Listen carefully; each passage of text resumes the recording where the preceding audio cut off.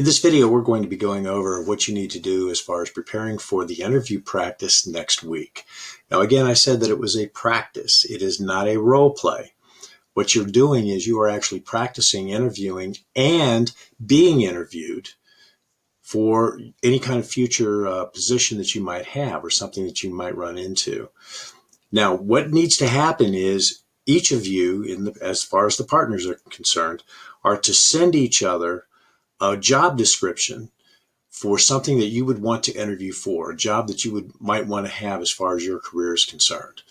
You need to make sure that you get that done by Wednesday, July 1st. What this does is this gives your partner time to prepare to interview you. So you find a job description, you can go out to any of the job boards or something like that, and find a job that you would want to interview for, and you send that to your partner. Your partner will send it to you. What you do then is do some research on that organization and that job and prepare to interview your partner.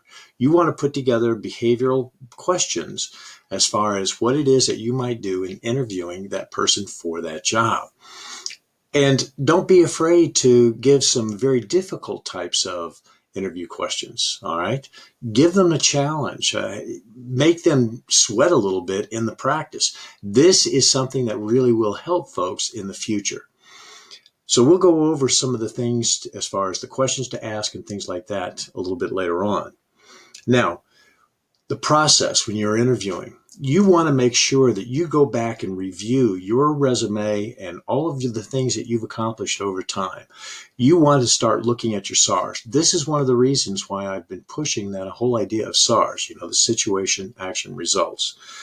What this does is it prepares you for interviews. You get a question in, you want to be prepared to tell the story.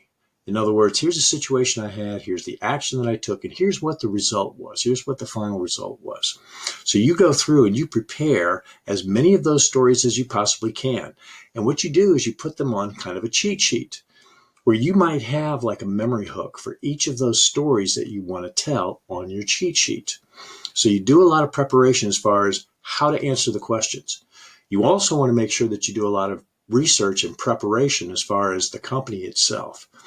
Get into any kind of news articles or web articles or something that's been out there on that organization. Pull their annual report. Look over the annual report. See what it is that's actually going on, because the annual report is going to tell you some things about the company that you may not know otherwise. So you do a lot of research on the organization and on the position as much as you can. Now, when you go in, here you are, you're preparing. Always dress at least one level above what the job would require. One of the things I always tell folks is you go into an interview, you make sure you're dressed for the job that you want, at least. In other words, you make sure you have a coat and tie or a suit on of some sort. You give a very professional view as far as who it is that you are. And so you prepare that way.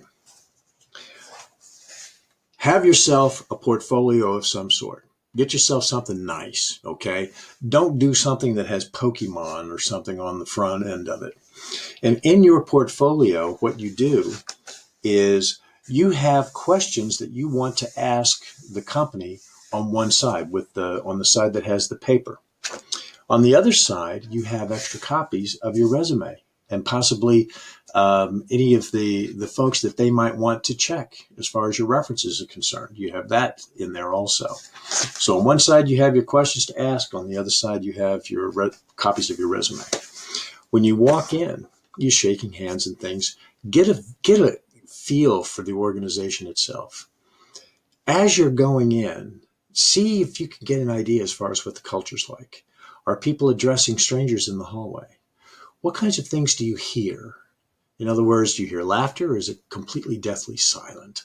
What are the things that are on the wall? What do the hallways look like and things like this? Is it very, very nice, or is it more relaxed?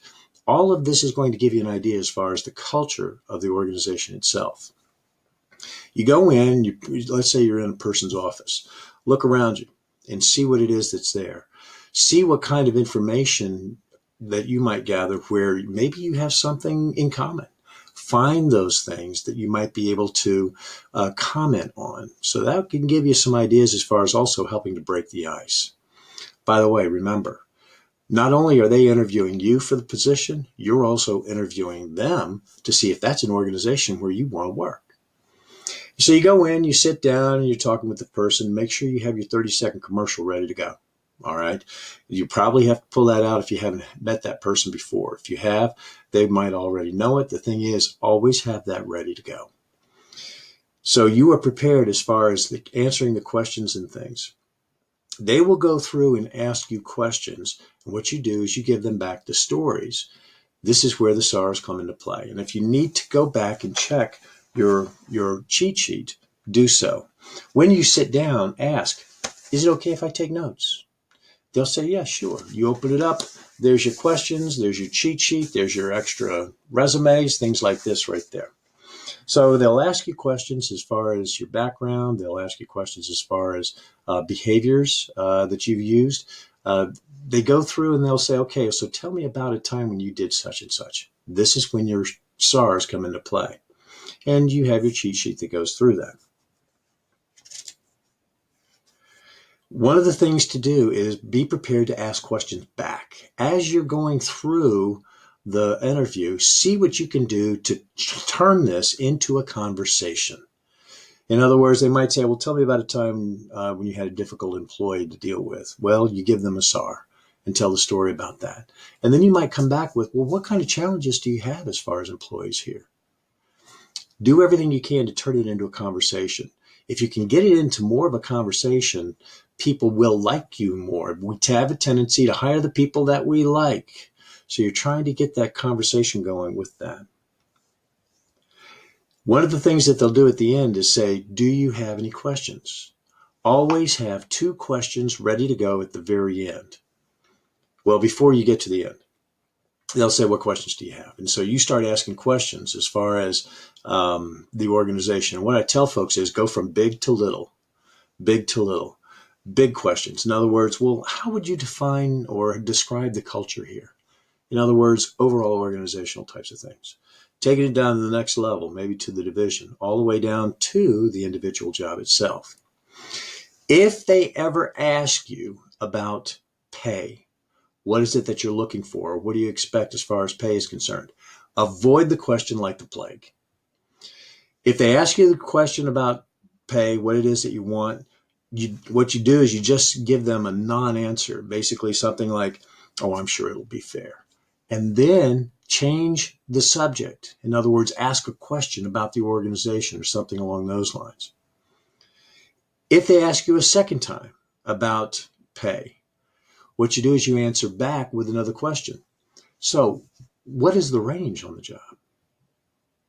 They may or may not give you the range. If they hold a gun to your head and say, tell us what it is that you want as far as your pay is concerned, then tell them.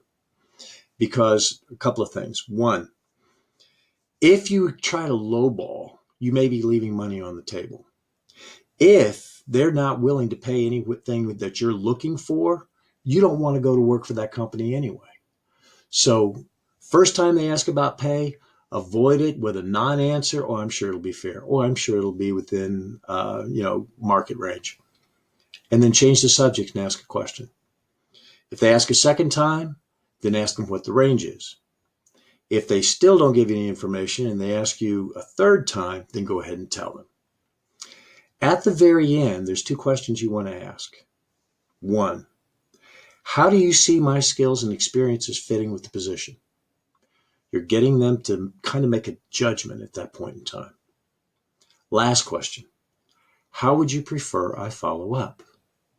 How would you prefer I follow up? What that does is that gives them, number 1, choice as far as how the follow-up is concerned. And then also it shows that you're assertive enough to go ahead and follow up. If they say, okay, well, we'll get back to you. Then what you do is you say, okay, so if I don't hear from you, say maybe next week, should I call or should I email? In other words, you can be a little more assertive as far as the follow-up is concerned, and that's okay. So those are some key points as far as the interview is concerned. Now, there are some articles to go through as far as interviewing is concerned. If you go to the week 6 readings, You'll see, first of all, that there's an interview evaluation form. Okay. The interview evaluation form is what the pair that you're paired up with will use to give you feedback as far as how well you interviewed. I strongly suggest that, number one, you print a couple of these off just in case so that you can give feedback to the other pair. What's going to happen is we're going to have two pairs in a breakout room who are doing this, where the first pair will interview, and then what they do is they swap as far as who's being interviewed.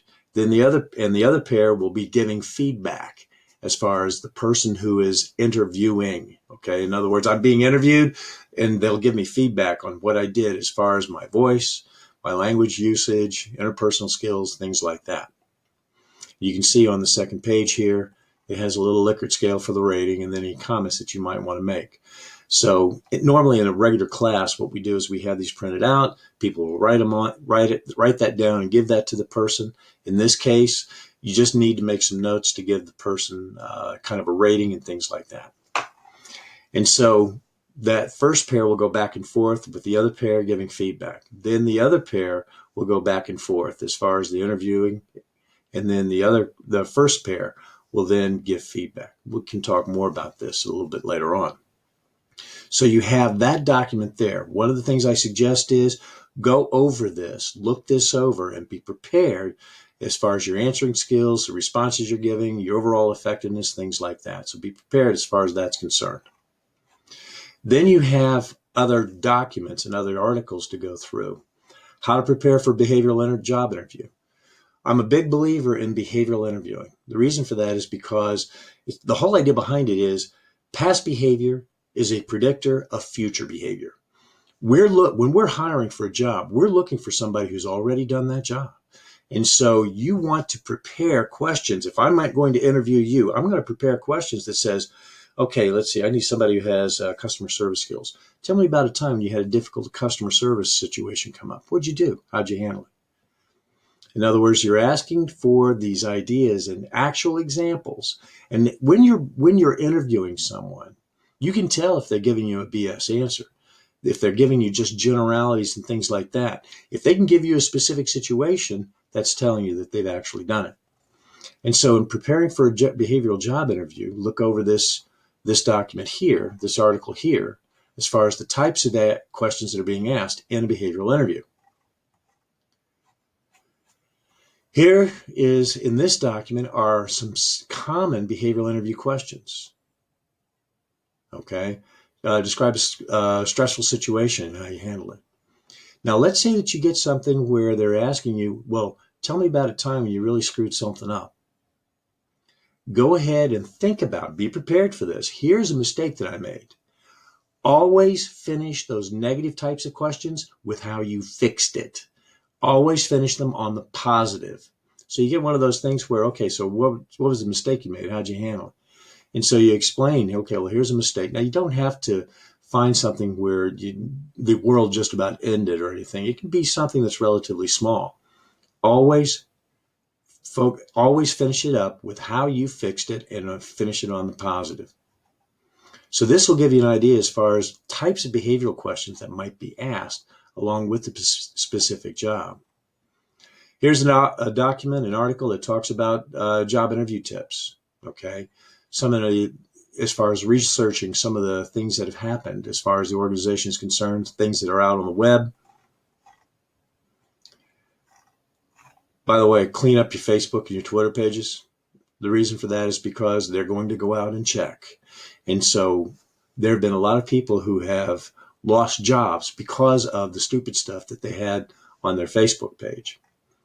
This is interesting. Schedule things for Tuesday at 10:30. Based on that, that's when the best hires are made.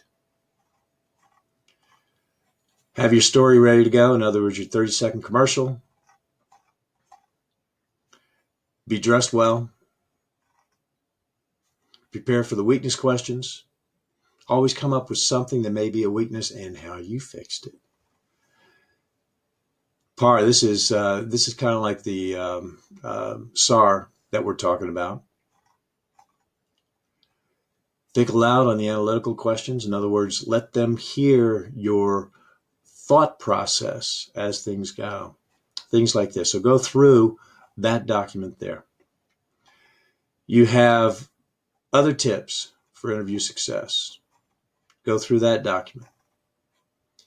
Some of the most common interview questions.